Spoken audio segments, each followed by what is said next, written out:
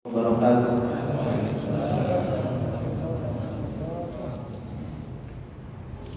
Innal hamdalillah nahmaduhu wa nasta'inuhu wa nastaghfiruh wa na'udzu billahi min shururi anfusina wa min sayyiati a'malina.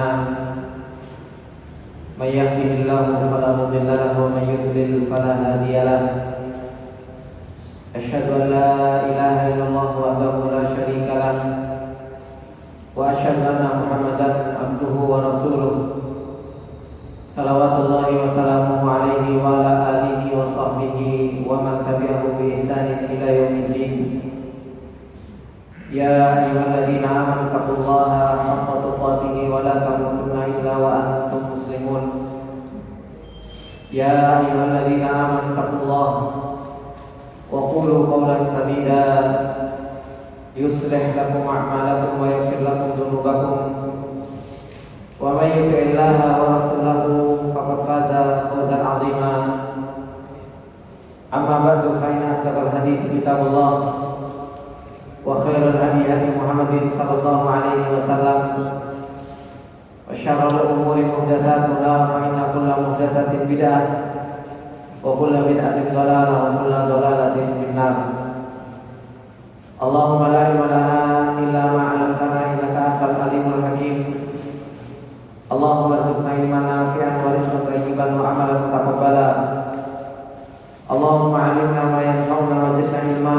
Rabbi shrah li sadri wa yassir li amri wa hlul 'uqdatam min lisani yafqahu qawli. Rabbi zidna ilma warzuqna fahma. Ikhwani wa akhwati fillah rahimani wa rahimakumullah jami'an. Bapak-bapak, ibu-ibu, kaum muslimin yang dimuliakan oleh Allah Subhanahu wa taala. Alhamdulillah, puji dan syukur kembali di kesempatan yang berbarakah ini untuk senantiasa kita panjatkan kepada Allah Subhanahu wa taala dengan segala nikmat yang Allah Subhanahu wa taala limpahkan kepada kita semua. Baik itu nikmat yang zahir maupun nikmat yang batin, yang Allah Subhanahu wa taala tak henti-hentinya membentangkan kenikmatan-kenikmatan tersebut kepada kita semua.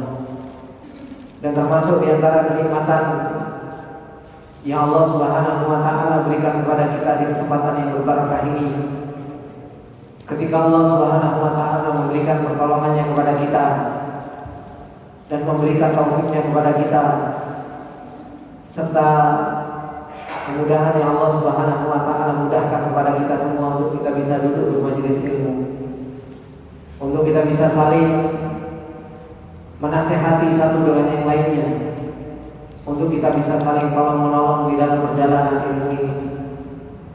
Rasulullah sallallahu alaihi wasallam telah mengatakan di dalam sebuah hadisnya, kata Rasulullah sallallahu alaihi wasallam mengatakan, man salaka tariqan yaltamisu fihi ilman sahhalallahu lahu bihi tariqan ilal jannah.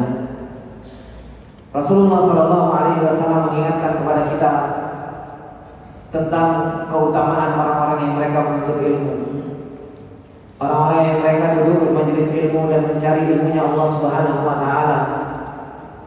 Maka kata Rasulullah sallallahu alaihi wasallam, barang siapa yang berjalan atau menempuh sebuah perjalanan yang di dalamnya dicari ilmunya Allah Subhanahu wa taala, maka kata Rasulullah sallallahu alaihi wasallam, sahhalallahu lahu bihi tariqan ilal jannah. Allah Subhanahu wa taala akan mudahkan bagi orang tersebut jalan menuju surganya Allah Subhanahu wa taala. Dan ini adalah merupakan harapan kita ketika Allah Subhanahu wa taala memasukkan kita ke dalam surganya Allah Subhanahu wa taala. Dan sebelum Allah Subhanahu wa taala memasukkan kita ke dalam surganya di akhirat, Allah Subhanahu wa taala memudahkan kita untuk kita masuk ke taman-taman surga di dunia. Sebagaimana yang kata Rasulullah sallallahu alaihi wasallam telah katakan, "Idza marartum bi riyadil jannah farta'u." Kalau kalian melewati salah satu dari taman-taman surga, maka berdiamlah. Nikmatilah taman-taman surga tersebut. Maka para sahabat bertanya kepada Rasulullah sallallahu alaihi wasallam, "Wa ma riyadul jannah?" Apa itu taman-taman surga wahai Rasulullah? Rasulullah Shallallahu Alaihi Wasallam menjawab hilaqul dzikr, yaitu majelis ilmu. Ikhwani wa akhwati fillah rahimani wa rahimakumullah jami'an. Termasuk di antara ilmu yang harus kita pelajari, yang alhamdulillah kita telah mempelajarinya dari waktu ke waktu, dari bulan ke bulan, yaitu berkaitan dengan Rasul kita, berkaitan dengan Rasulullah Shallallahu Alaihi Wasallam. Kita berusaha untuk mempelajari bagaimana perjalanan Rasulullah Shallallahu Alaihi Wasallam dan bagaimana perjuangan Rasul kita Shallallahu Alaihi Wasallam di dalam memperjuangkan dinullah ini, memperjuangkan agamanya Allah Subhanahu Wa Taala, yaitu agama Islam ini. Supaya apa? Supaya kita bisa meneladani, supaya kita bisa mencontoh, dan supaya kita bisa mengikuti apa yang Rasulullah Shallallahu Alaihi Wasallam telah ajarkan kepada kita. Karena Allah Subhanahu Wa Taala telah mengatakan di dalam ayatnya, laqad kana lakum fi Rasulillahi uswatun hasanah liman kana yarjullaha wal yawmal akhir. Sungguh benar-benar kata Allah Subhanahu Wa Taala ada pada diri Rasulullah Shallallahu Alaihi Wasallam suri tauladan bagi orang-orang yang mereka mengharapkan pertemuan dengan Allah Subhanahu Wa Taala dan selamat di hari akhirat. Oleh karenanya, insya Allah di kesempatan yang berbarakah ini kita akan melanjutkan apa yang telah disampaikan oleh beliau muallif berkaitan dengan masalah sirah nabawiyah, yang dimana kita kemarin telah membahas tentang kebiasaan Rasulullah Sallallahu Alaihi Wasallam yang Allah berikan kepada beliau ketika beliau hampir diberi oleh Allah Subhanahu Wa Taala risalahnya. Ketika Rasulullah Sallallahu Alaihi Wasallam melihat kerusakan yang ada di kota Mekah dari orang-orang jahiliyah yang mereka menyekutukan Allah Subhanahu Wa Taala, mereka mabuk-mabukan, mereka berzina, dan yang menang atau yang kuat selalu menindas orang-orang yang kecil. Maka Allah Subhanahu Wa Taala berikan rasa kepada Rasulullah Sallallahu Alaihi Wasallam untuk cinta terhadap yang namanya uzlah, menyendiri. Dan hingga akhirnya Rasulullah Sallallahu Alaihi Wasallam pun menyendiri di Gua Hira. Sampai berbulan-bulan Rasulullah Sallallahu Alaihi Wasallam menyendiri tersebut, dan hingga akhirnya Allah Subhanahu Wa Taala turunkan kepada beliau, yaitu risalah sebagai bentuk amanah yang Allah Subhanahu Wa Taala berikan kepada Rasul kita untuk menyampaikan kepada umatnya, yaitu umat Nabi Muhammad Sallallahu Alaihi Wasallam. Kemudian ikhwani wa akhwati fillah rahimani wa rahimakumullah jami'an, di sana ada irhasat an-nubuwah, ada tanda-tanda Nabi Rasulullah Sallallahu Alaihi Wasallam sebelum Rasulullah Sallallahu Alaihi Wasallam diutus, sebelum Rasulullah Sallallahu Alaihi Wasallam diangkat menjadi seorang nabi. Jadi tanda-tandanya sebenarnya sudah banyak. Dari Rasulullah Sallallahu Alaihi Wasallam dicuci hatinya, dan Rasulullah Sallallahu Alaihi Wasallam diberi keberkahan oleh Allah Subhanahu Wa Taala. Dari kecil semua menunjukkan tentang kelebihan yang Allah Subhanahu Wa Taala berikan kepada Rasulullah Sallallahu Alaihi Wasallam. Bagaimana kita telah mengetahui ketika Rasulullah Sallallahu Alaihi Wasallam diurus atau diasuh oleh Halimah binti Sa'diyah, bagaimana keberkahan yang Allah Subhanahu Wa Taala berikan kepada keluarga Halimah. Begitu pula ketika Rasulullah Sallallahu Alaihi Wasallam dibelek dadanya, kemudian dicuci hatinya oleh Allah Subhanahu Wa Taala, semua adalah merupakan tanda-tanda tentang Rasulullah Sallallahu Alaihi Wasallam akan diutus menjadi seorang nabi. Akan tetapi di sana ada irhasat, ada tanda-tanda Ubaidul Bi'tsah, yaitu sudah mendekati waktu diutusnya Rasulullah Sallallahu Alaihi Wasallam. Dan ini diceritakan oleh Aisyah radhiyallahu taala anha. Kata beliau, qalat Aisyah radhiyallahu taala anha. Aisyah radhiyallahu taala anha menceritakan, kata beliau, inna awwala ma budi'a bihi Rasulullah sallallahu alaihi wasallam min al-wahyi ar-ru'yatus shadiqah. Sesungguhnya awal perkara yang Rasulullah sallallahu alaihi wasallam dimulai dengannya dari wahyu Allah Subhanahu wa taala, yaitu apa? Ar-ru'ya shadiqah. Rasulullah sallallahu alaihi wasallam diberi oleh Allah Subhanahu wa taala itu mimpi yang jujur, mimpi yang benar. Fakana la yara ru'ya illa ja'at mithlu falaqis subhi. Yang dimana awal-awal Rasulullah sallallahu alaihi wasallam mimpi, Rasulullah sallallahu alaihi wasallam mimpi itu seperti apa? Seperti sinar fajar waktu subuh. Rasulullah sallallahu alaihi wasallam diberi mimpi oleh Allah Subhanahu wa taala terus-menerus seperti apa? Falaqus subhi, yaitu sinar di waktu fajar. Dan ini yang diceritakan oleh Aisyah radhiyallahu taala anha dan diriwayatkan oleh Imam Bukhari dan Muslim. Dan Rasulullah sallallahu alaihi wasallam juga telah mengatakan kepada Khadijah radhiyallahu taala anha, karena yang menemani Rasulullah sallallahu alaihi wasallam adalah Khadijah, istri Rasulullah sallallahu alaihi wasallam. Maka Rasulullah sallallahu alaihi wasallam mengatakan kepada Khadijah, "Inni ara daw'an." Aku melihat apa? Sebuah cahaya. Wa asma'u sautan, dan aku mendengar sebuah suara. Wa inni akhsha an yakuna bi junud, dan aku takut menimpakannya apa? Kegilaan, kata Rasulullah sallallahu alaihi wasallam. Jadi hari-hari Rasulullah sallallahu alaihi wasallam, ketika Rasulullah sallallahu alaihi wasallam tidur, ditampakkan cahaya oleh Allah Subhanahu wa taala. Mendengar suara yang enggak tahu itu dari mana asalnya. Makanya sampai Rasulullah sallallahu alaihi wasallam mengatakan, "Ini akhsha an yakuna bi junud." Aku takut ini aku rotok apa? Enggak waras, kata Rasulullah sallallahu alaihi wasallam, berbicara kepada siapa? Berbicara kepada Khadijah. Maka sebagai seorang istri, Khadijah radhiyallahu taala anha, ini istri yang salehah. Faqalat Khadijah radhiyallahu taala anha mengatakan apa? Lam yakunillahu liyaf'ala dzalika bika ya ibn Abdullah.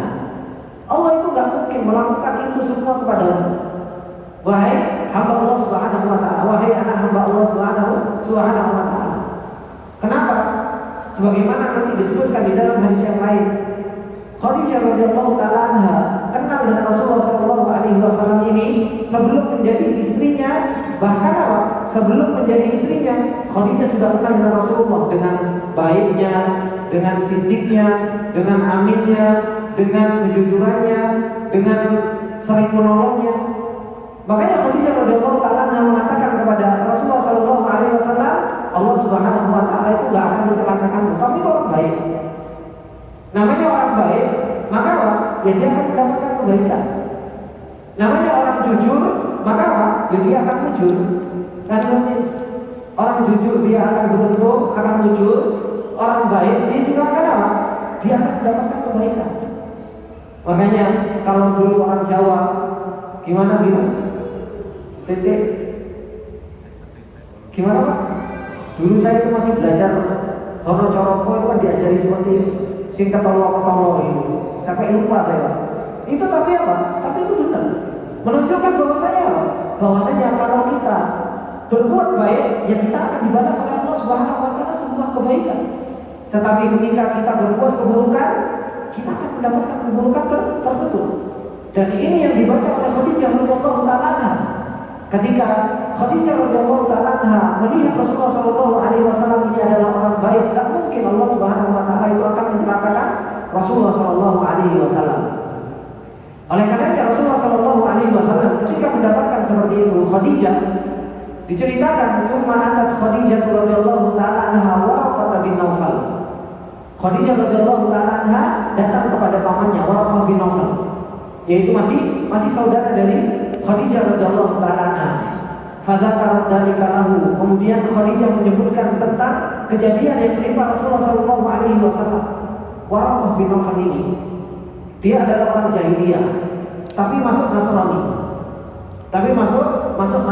Orang apa? Tapi dia masuk Nasara. Kemudian apa? Kerjaan dia menulis Injil dengan bahasa Arab. Jadi Injil yang ketika itu pakai bukan bahasa Arab, ditulis sama Waraqah bin Naufal ini apa? Dengan bahasa Arab. Makanya apa? Banyak kabar-kabar tentang kabar langit itu Waraqah bin Naufal itu paham. Karena apa? Menerjemahkan Injil itu ke dalam bahasa Arab. Maka apa yang dikatakan oleh Waraqah bin Naufal? Ketika Waraqah bin Naufal mendengarkan cerita dari ponakannya tersebut, Khadijah radhiyallahu taala, maka Warqah bin Nawfal mengatakan apa? Iyyaku shadiqan fa inna hadza namus. Kalau yang diceritakan itu benar-benar jujur, maka apa? Maka ini adalah merupakan namus. Ini adalah merupakan namus. Namus itu adalah merupakan malaikat Jibril. Pakai bahasa apa? Pakai bahasa Injil. Maka ini adalah merupakan namus, kata Warqah bin Nawfal. Mithla namusi Musa, ini seperti namusnya Musa. Ketika malaikat Jibril datang kepada Nabi Musa alaihissalam. Kemudian kata Warqah bin Nawfal mengatakan fa'in bu'itha wa ana hayyun fasa'a azzarahu wa ansarahu wa amana bihi. Kalau benar Nabi Muhammad SAW itu diutus dan aku masih dalam keadaan hidup, karena Warqah bin Nawfal ketika itu sudah tua. Wa ana hayyun, dan aku dalam keadaan hidup, maka apa? Aku akan membantu menguatkan Rasulullah SAW wa ansarahu, dan aku akan menolongnya dan aku akan beriman dengannya. Maka ini yang disebutkan oleh para ulama bahwasanya termasuk di antara orang yang pertama kali masuk Islam yaitu Warqah bin Nawfal. Orang yang pertama kali masuk dalam Islam itu adalah Warqah bin Nawfal. Kemudian disebutkan oleh Al-Qamah bin Qais rahimahullah taala, kata beliau, inna awwala ma yu'tal anbiya'u fil manami hatta tahda'a qulubuhum thumma yanzilul wahyu. Sesungguhnya pertama kali yang didatangkan kepada para anbiya semuanya yaitu apa? Fil manam. Semuanya rata-rata dikasih mimpi. Dikasih mimpi oleh Allah Subhanahu wa taala hatta tahda'a qulubuhum, sampai hatinya betul-betul tenang. Baru apa?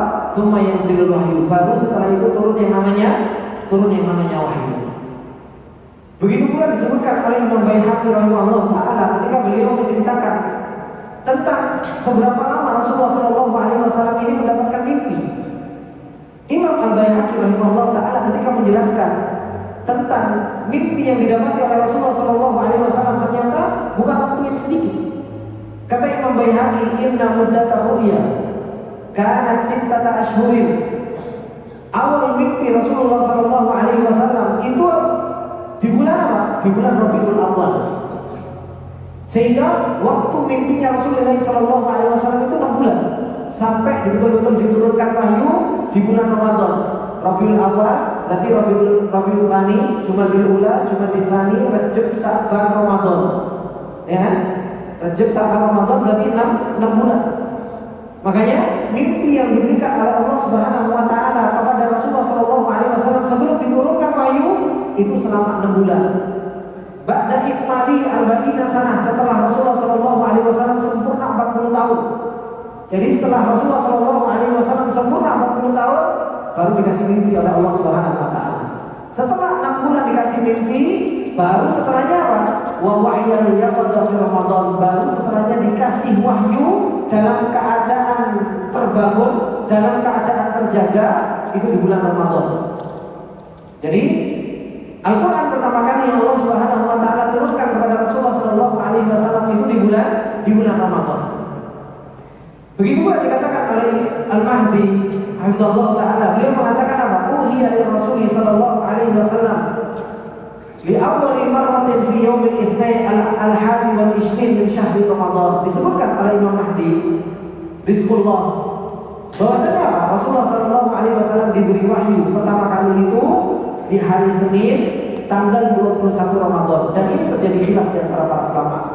Makanya ada yang mengatakan turun Ramadan itu 17 Ramadan, sampai ada tanggalan disebut dengan apa? Nuzulul Quran, ya. Ada yang mengatakan seperti yang dikatakan oleh Imam Mahdi ini, beliau mengatakan apa? Tanggal 21 Ramadan. Khilaf di antara para ulama tentang kapan pastinya turun wahyu kepada Rasulullah SAW itu masih berbeda pendapat. Tapi semua sepakat bahwasanya apa? Al-Quran itu turun di bulan Ramadan. Maka ikhwani wa akhwati fillah rahimani wa rahimakumullah jami'an, ketika Rasulullah SAW sudah genap umurnya 40 tahun dan Rasulullah SAW sudah diberi mimpi Disitulah Rasulullah Shallallahu Alaihi Wasallam diberi rasa oleh Allah Subhanahu Wa Taala untuk senang yang namanya berkhalwah, yaitu menyendiri. Jadi ketika umur 40 kemudian sampai diturunkan wahyu betul-betul, itu Rasulullah Shallallahu Alaihi Wasallam ditunjukkan oleh Allah mimpi, dan disitulah Rasulullah Shallallahu Alaihi Wasallam suka berkhalwat. Rasulullah Shallallahu Alaihi Wasallam suka menyendiri ke Gua Hira. Maka kata beliau, indama balagha Nabi Shallallahu Alaihi Wasallam sinul arba'ina, uhiya ila nabiyina Muhammadin Shallallahu Alaihi Wasallam fanazala alaihi wahyu fi ghari Hira bir risalatis samawiyatil khalidati. Maka tatkala umur Rasulullah Shallallahu Alaihi Wasallam telah sampai 40 tahun, makanya umur 40 tahun ini Pak, ini adalah rahasia yang begitu luar biasa besarnya. Allah Subhanahu Wa Taala juga menyebutkan di dalam Al-Quran tentang umur 40 tahun ini. Kenapa? Karena 40 tahun ini adalah merupakan umur kesempurnaan akal seseorang. Makanya kalau 40 tahun ke bawah itu disebut dengan syabab.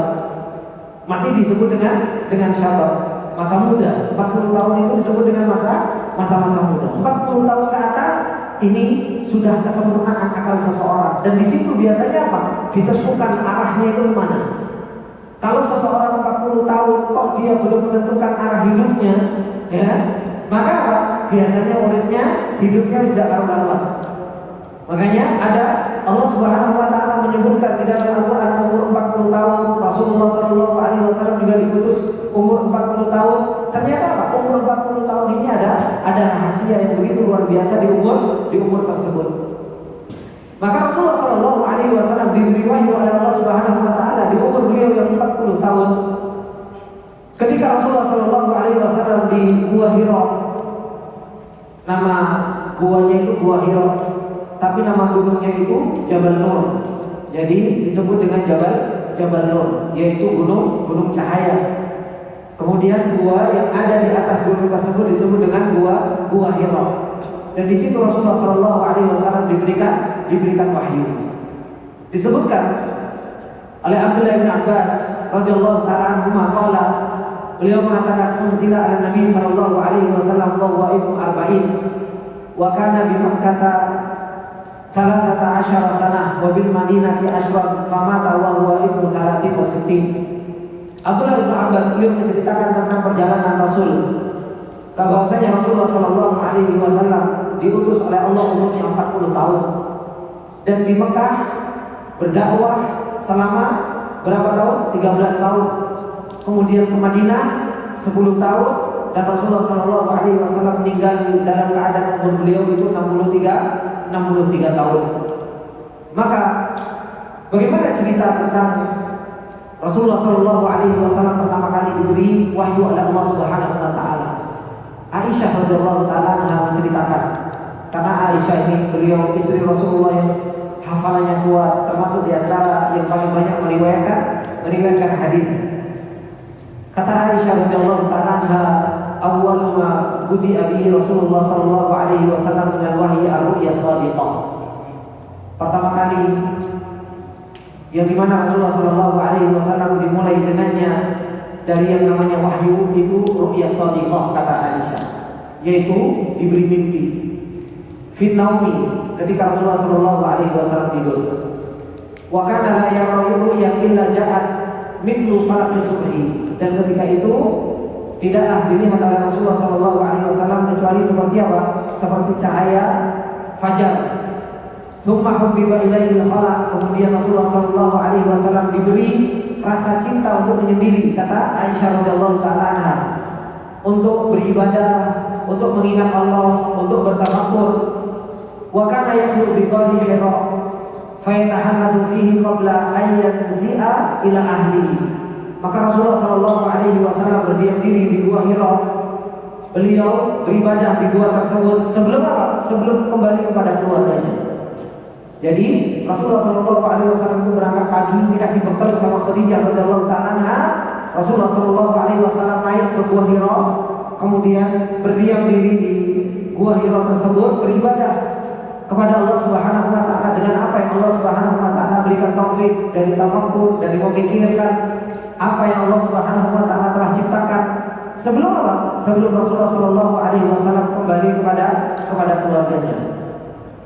Wa yatazawwaju lidzalika tsumma yarji'u ila Khadijah. Kemudian beliau balik kepada Khadijah.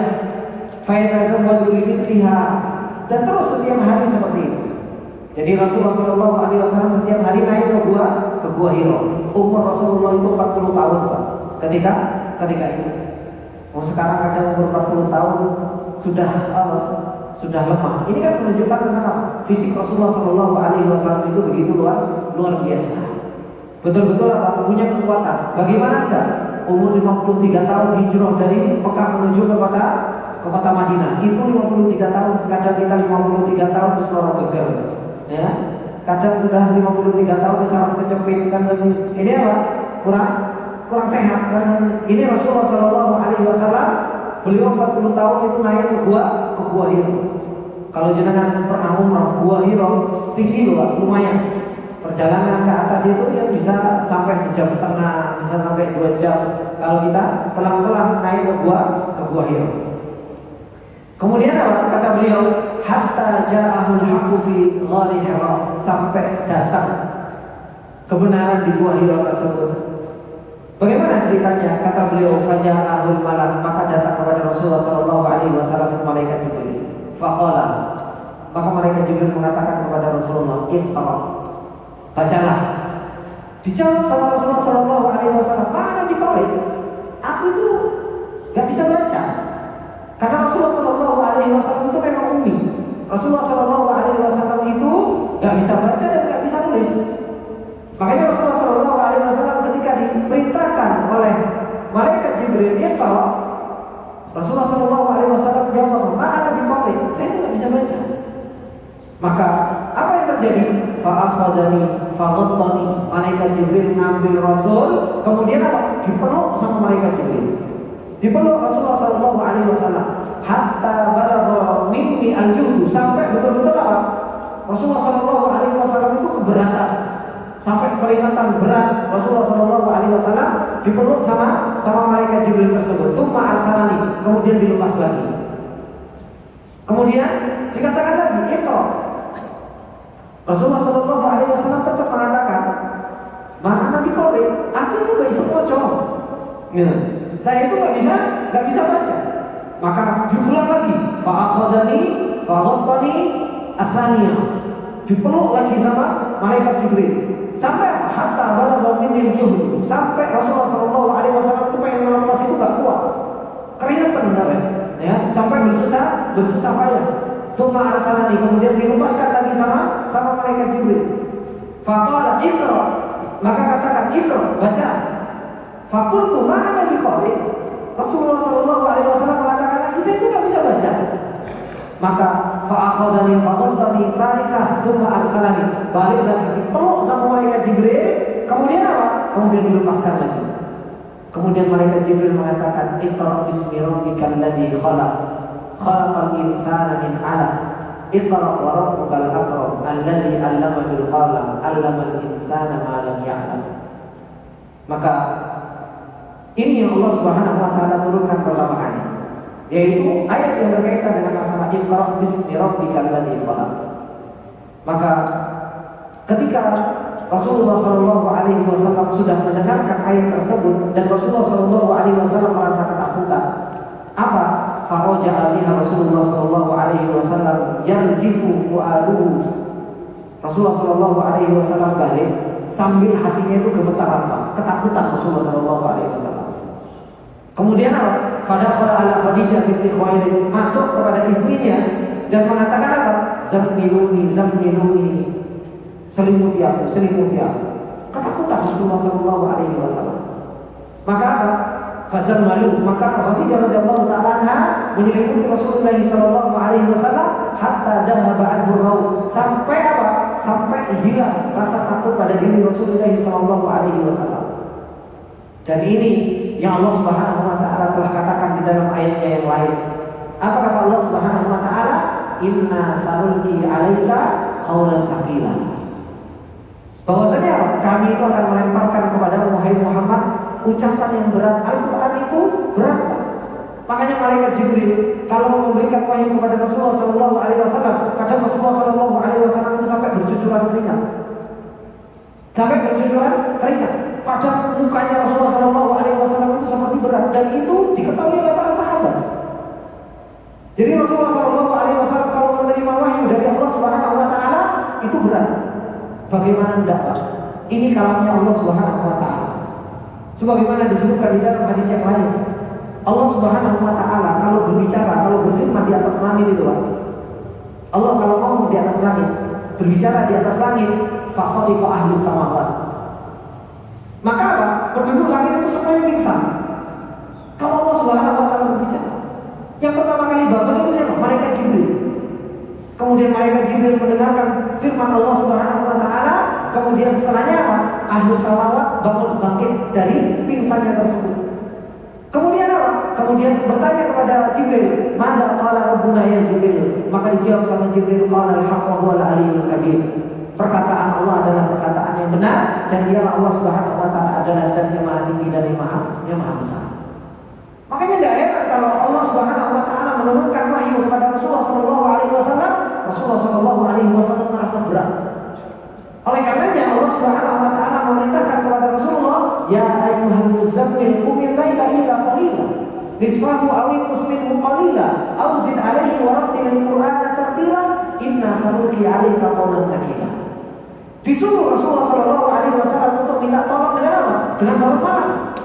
Karena dengan bangun malam itu akan mudah bagi kita untuk menerima firman Allah Subhanahu Wa Taala, untuk bisa memahami perkataan Allah Subhanahu Wa Taala. Dan itu yang Allah Subhanahu Wa Taala katakan, kata Allah Subhanahu Wa Taala, "Lau anzalna hadzal Qur'ana 'ala jabalin la ra'aitahu khashi'an mutasaddian min khasyatillah." Allah Subhanahu Wa Taala mengatakan kalau seandainya Al-Quran, kalamnya Allah itu diturunkan ke gunung, engkau akan melihat gunung itu apa? Khusyuk, takut dan hancur bertubi-tubi. Karena begitu luar biasanya perkataan Allah Subhanahu Wa Taala. Tetapi subhanallah, kadang kita itu mendengar perkataan Allah Subhanahu Wa Taala sambil apa? Senyum. Kadang kita itu mendengarkan perkataan Allah Subhanahu Wa Taala sambil apa? Kadang apa? Gak ada sesuatu yang berat di dalam hati kita. Padahal kalau seandainya kita paham maknanya, kalau kita betul-betul paham maknanya, maka apa? Maka luar biasa Al-Quran. Makanya ada sebuah cerita ketika seorang kafir Quraisy, kalau nggak salah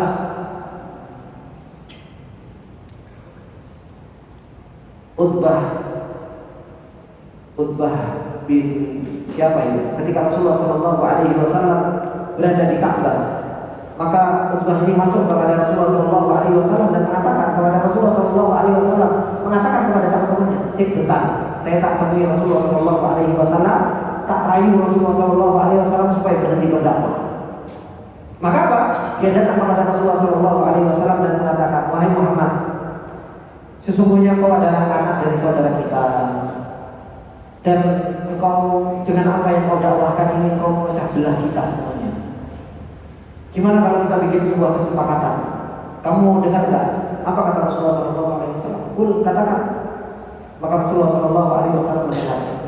"Kalau kamu memang pengen harta, tak kasih hartanya orang-orang musyrikin Quraisy ke kamu, sehingga kamu menjadi orang yang paling kaya. Kemudian, kalau kau pengen wanita yang cantik, tak pilihkan wanita yang paling cantik dari Bani Quraisy, sehingga kau punya wanita, dan berapa yang kamu mau, tak kasih. Kalau seandainya kau pengen kedudukan, tak akan kau menjadi seorang sayyid di orang-orang Quraisy. Tapi apa? Berhenti dakwah, berhenti dari berdakwah." Kemudian kata Rasulullah SAW, "Cukup kamu ngomong, sudah cukup, baik." Kemudian Rasulullah SAW mengatakan kepada beliau, "Dengarkan firman Allah Subhanahu Wa Taala." Kemudian beliau mengatakan, membaca Hamim kitabun fussilat ayatuhu. Baca surat Fussilat Rasulullah SAW di hadapan Utbah ini, dan beliau sangat paham dengan bahasa Arab, sangat paham dengan bahasa Arab, kekuatan bahasa yang menggempur hatinya. Yang awalnya mukanya pede pulang dari Rasulullah SAW, apa kata teman-temannya? Balik wajahnya kok berubah dari ketika dia berangkat. Langsung wajahnya itu langsung memerah, langsung sedih, langsung gak karuan. Kemudian mengatakan apa? Jangan pernah dengar perkataan Muhammad. Sampai langsung seperti itu. Kenapa? Itu bukan tukang sihir, bukan tukang kuhat, bukan dukun, tapi saya nggak bisa ngomong apa-apa. Dengan apa? Dengan apa yang Allah Subhanahu wa Ta'ala turunkan. Itu orang-orang yang mereka paham dengan bahasa Arab dan kuat. Makanya balaghah di dalam Al-Quran, susunan kata di dalam Al-Quran. Kalau kita mau belajar bahasa Arab, Allahu Akbar walillahil hamd. Hati itu, hati itu kayak diangkat ke atas langit, dijeblok ke mana, diangkat ke atas langit, dijeblok ke mana. Terus kita diombang-ambingkan hati. Emosi kita itu terus diganggu sama Al-Quran. Dan itu yang terjadi bagi orang-orang musyrikin yang mereka paham bahasa Arab. Makanya ketika dikatakan kepada orang-orang musyrikin, qul la ilaha illallah tuflihu. Coba ucapkan la ilaha illallah, kau akan menjadi orang-orang beruntung. Apa dijawab sama orang-orang musyrikin? Aja'alal alihata ilahan wahida. Muhammad, kamu mau menjadikan sesembahan-sesembahan yang banyak ini, terus tak tinggalkan semua, kemudian saya cuma satu sesembahan. Inna hadza la syai'un ujab. Ini perkataan yang sangat mengherankan. Mereka baru dikatakan la ilaha illallah tuflihu, mereka langsung paham betul. Kenapa? Karena mereka itu orang Arab dan bisa memahami konteks kalimat Arab. Kadang kita itu ngaji Al-Quran, la ilaha illallah, la ilaha illallah, la ilaha illallah, tapi orang mudeng. Akhirnya apa? Ya tidak masuk ke dalam hati kita. Akhirnya kita nggak tahu hakikatnya, konsekuensinya, rukunnya, syaratnya. Itu kita nggak paham. Ketika kita baca Al-Quran, imam nangis, kita juga ikut nangis. TKI, kenapa nangis? Imamnya nangis. Bukan karena maknanya. Kadang kita juga Masya Allah, kepala nunduk gitu kan. Kalau ditanya khusyuk banget, iya, nada imamnya enak. Kita itu khusyuk bukan karena makna, tapi karena imam nangis, karena nadanya imamnya enak. Bukan sampai maknanya.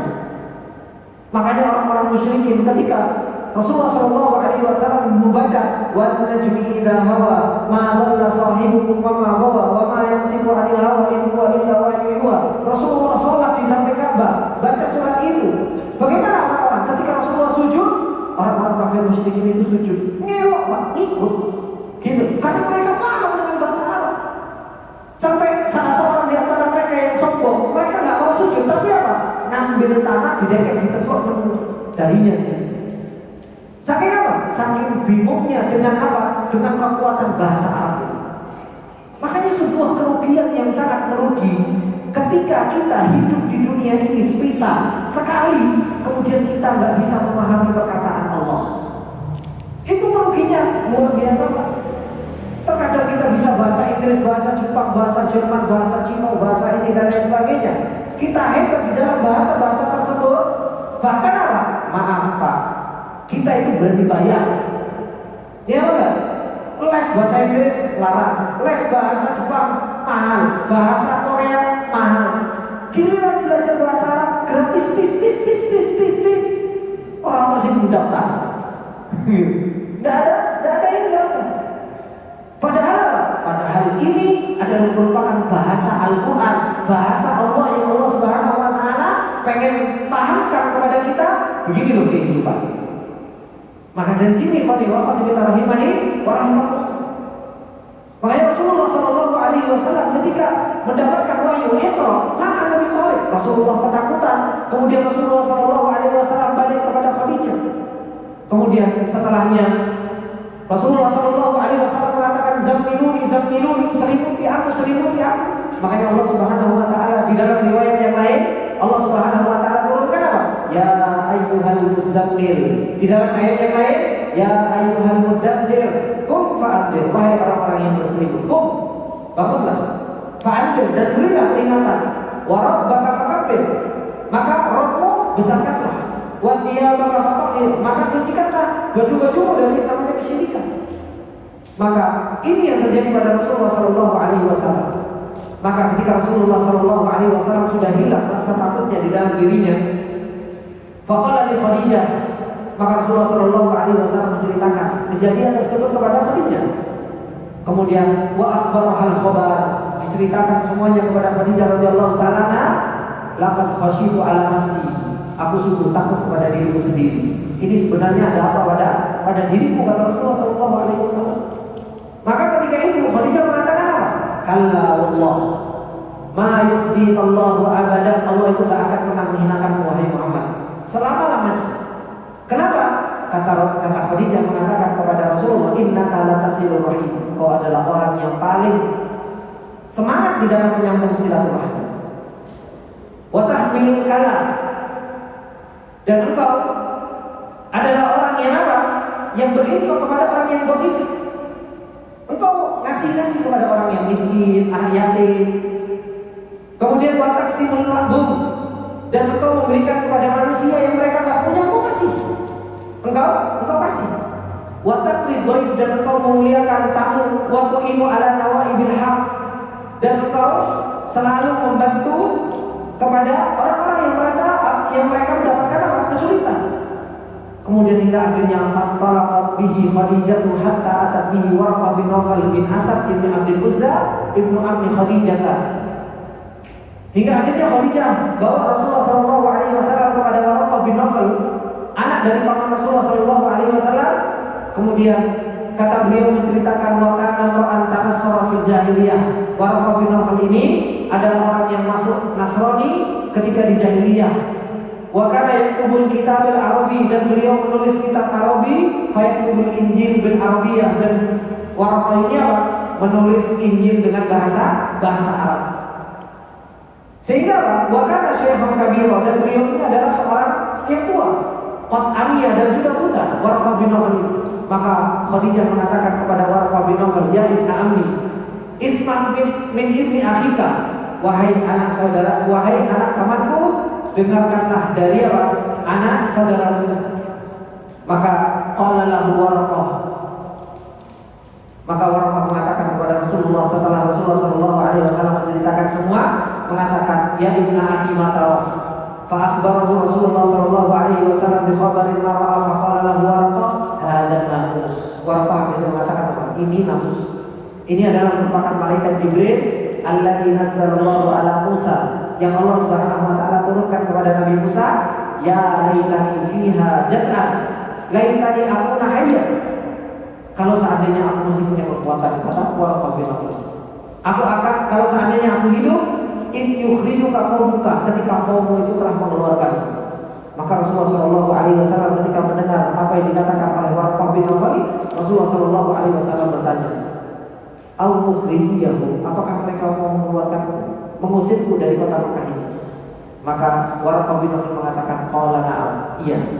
Lam ya'ti rajulun qad bimithli ma ji'ta bihi illa udiya. Kata Warqah bin Nawfal, tidak ada seorang laki-laki yang datang seperti yang engkau datang dengannya, kecuali apa? Kecuali pasti akan dimusuhi, kecuali pasti nanti akan disakiti. Wa in yudrikani yaumuka ansarka nasran mu'azzara. Kalau seandainya aku mendapati harimu ketika engkau diusir, aku akan menolongmu dengan apa? Pertolongan yang kuat. Tsumma lam yashqa Warqah an tuwfiya waqtul wahyi. Tapi apa? Warqah bin Nawfal sudah tua, sehingga akhirnya beliau enggak sampai bisa menolong Rasulullah. Beliau sudah dalam keadaan apa? Dalam keadaan meninggal dunia. Dan ini Warqah bin Nawfal, apa yang dikatakan oleh Warqah bin Nawfal?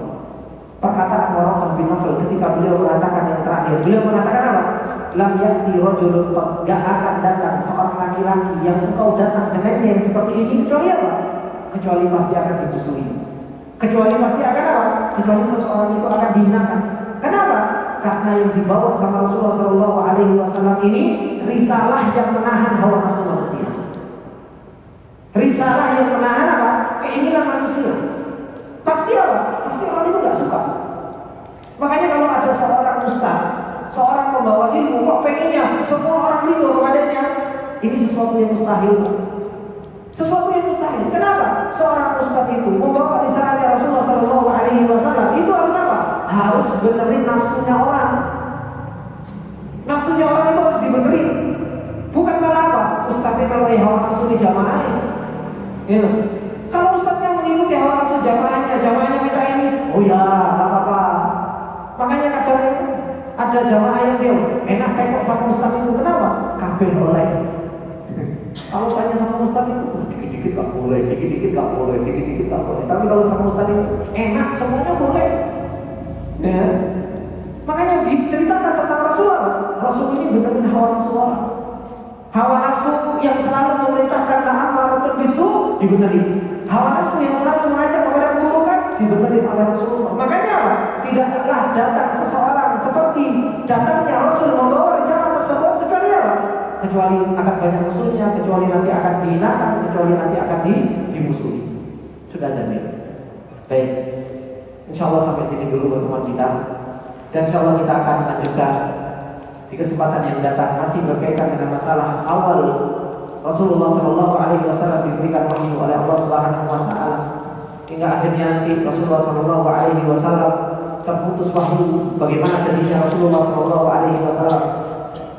Kemudian kapan Rasulullah Shallallahu Alaihi Wasallam diperintahkan untuk mulai berdakwah kepada keluarganya terlebih dahulu, baru berdakwah secara terang-terangan kepada keluarganya. Ini semua tadarruj, yaitu sedikit demi sedikit Rasulullah SAW diperintahkan oleh Allah Subhanahu Wa Taala.